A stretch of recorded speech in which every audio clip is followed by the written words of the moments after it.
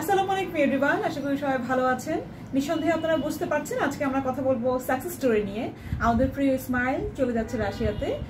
Recently ও 8 তারিখে visa পেয়েছে, so যে কোনো সময় আসলে ফ্লাইট চলে যাবে।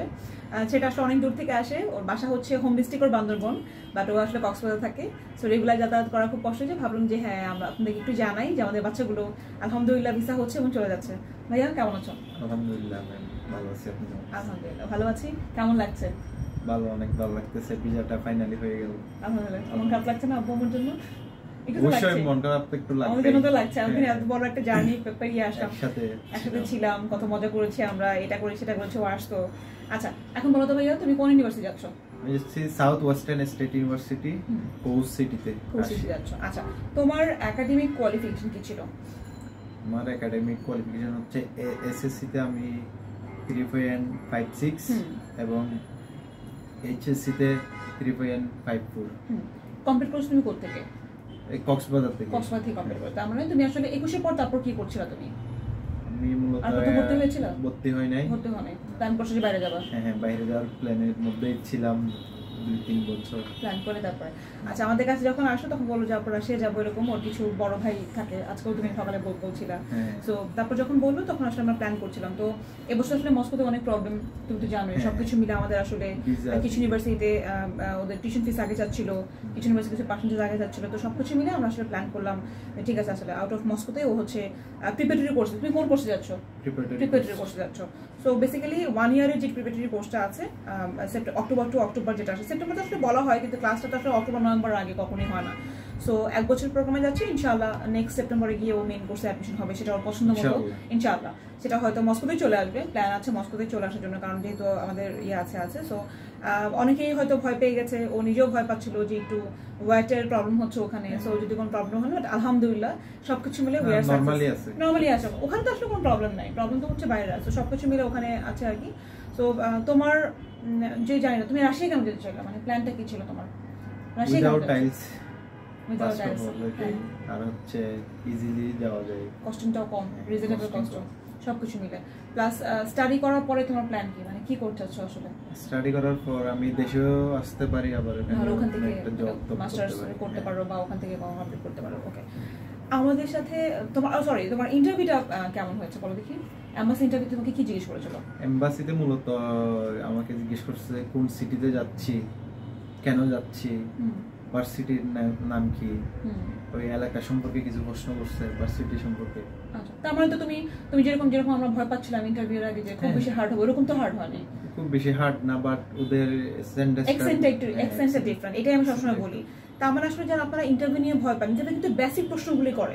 যেমন আমাদের একটা স্টুডেন্টকে জিজ্ঞেস করছে যে আপনি কি বলে, ও কিছু ভলেন্টিয়ারি ওয়ার্ক করেছে, তো বলেছে যে আপনি ভলেন্টিয়ারি ওয়ার্কে স্কলারশিপে না গিয়ে কেন এখানে যাচ্ছেন, বা আপনি হচ্ছে কেন, যেমন অন্য কোনো কান্ট্রি ভিসা থাকলে একটা স্টুডেন্টকে জিজ্ঞেস করেছে যে আপনি ইন্ডিয়াতে কেন গেছিলেন সাপোজ।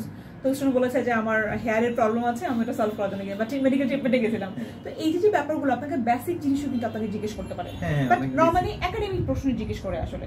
তো তারপর তুমি তো আচ্ছা একটু সিরিয়াল নিয়ে যদি বলো, কারণ অনেকেই খুব টেনশনে আছে, অনেক সিরিয়াল নিয়ে একটু প্রবলেম হয়। যদি সিরিয়াল যদি লাস্টেও দেওয়া থাকে, ধরেন এখন প্রায় 8-9 মতো চলতেছে, প্রতিদিন যদি যাওয়া আসার মধ্যে থাকে তাহলে কোনো সময় হয়ে যায়।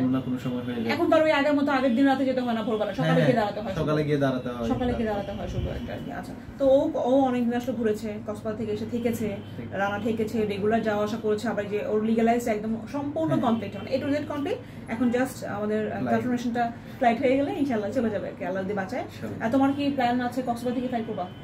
কক্সবাজার থেকে ডোমেস্টিকে থাকে এসে ওখান থেকে সরাসরি মানে একই ফ্লাইটে করবা, মানে আলাদা করে ফ্লাইট করার দরকার নেই, একবারে করে এসে। সো আমাদের সাথে জার্নিটা কেমন ছিল ইসমাইল? খুব বকা দিয়েছি বেশি? অনেক অনেক ধন্যবাদ, স্পন্সর দিয়েছি আমাকে, অনেক হেল্প করছে। আসলে আপনারা না হলে পসিবলই হতো না বলতে গেলে।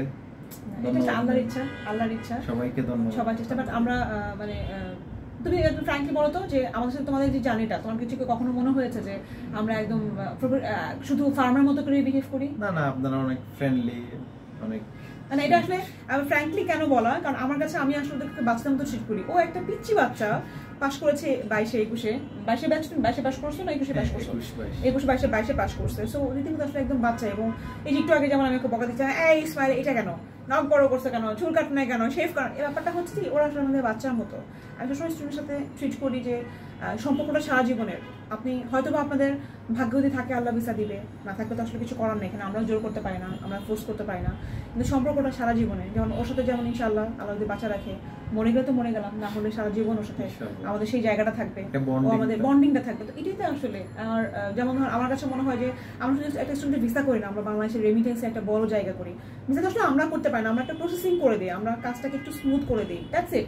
ওর যোগ্যতা, ওর কোয়ালিফিকেশনের ভিসা পেয়েছে, আমি জাস্ট একটা মাধ্যম, আমি ওকে হেল্প করেছি একটু যে ভাইয়া এই রাস্তাটা চলো এভাবে না যে আমরা এই রাস্তাটায় যাই, শুধু গাইডলাইনটা দেওয়া, বাকিটা সম্পূর্ণ ওর যোগ্যতা এবং আল্লাহর ইচ্ছা। তো সেইটা আসলে সবচেয়ে বড় কথা। আর সবাই আসলে আপনারা যদি ইংলিশে, আমার যেটা ওর কথা বা আমার সামারি যে আমরা আপনারা শুধু ইংলিশে বেসিক ইন্টারভিউ যদি পারেন, স্পিকিংটা যদি ভালো হয় এবং আপনি লিসেনিং ভালো পান, তাহলে কিন্তু রাশিয়ার ভিসা পাওয়াটা এখন একটু সিরিয়ালে হয়তো প্রবলেম হচ্ছে, বাট তাহলে কিন্তু রাশিয়ার ভিসা পাওয়াটা প্রবলেম। সো আমাদের এই থেকে আলহামদুলিল্লাহ স্টার্টিং হয়ে গেছে।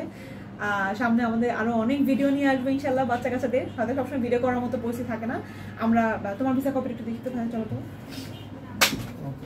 সরি, কোনো সমস্যা।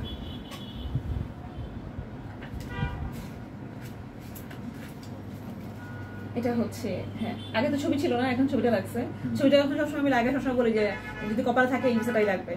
সো থ্যাংক ইউ সবাইকে। বাচ্চাদের জন্য সবাই দোয়া করবেন, আল্লাহ যেন ওকে সুস্থ রাখে, ভালো থাকে, ও যে উদ্দেশ্যে যাচ্ছে আল্লাহ যেন ওকে ফুলফিল করে দেয়, স্টাডি কমপ্লিট করে।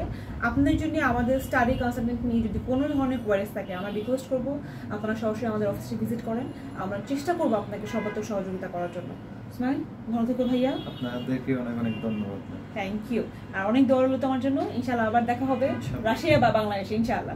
তো সবাই ভালো থাকবেন, ইনশাআল্লাহ আবার কথা হবে অন্য কোনো ভিডিওতে। আল্লাহ হাফেজ সবাইকে।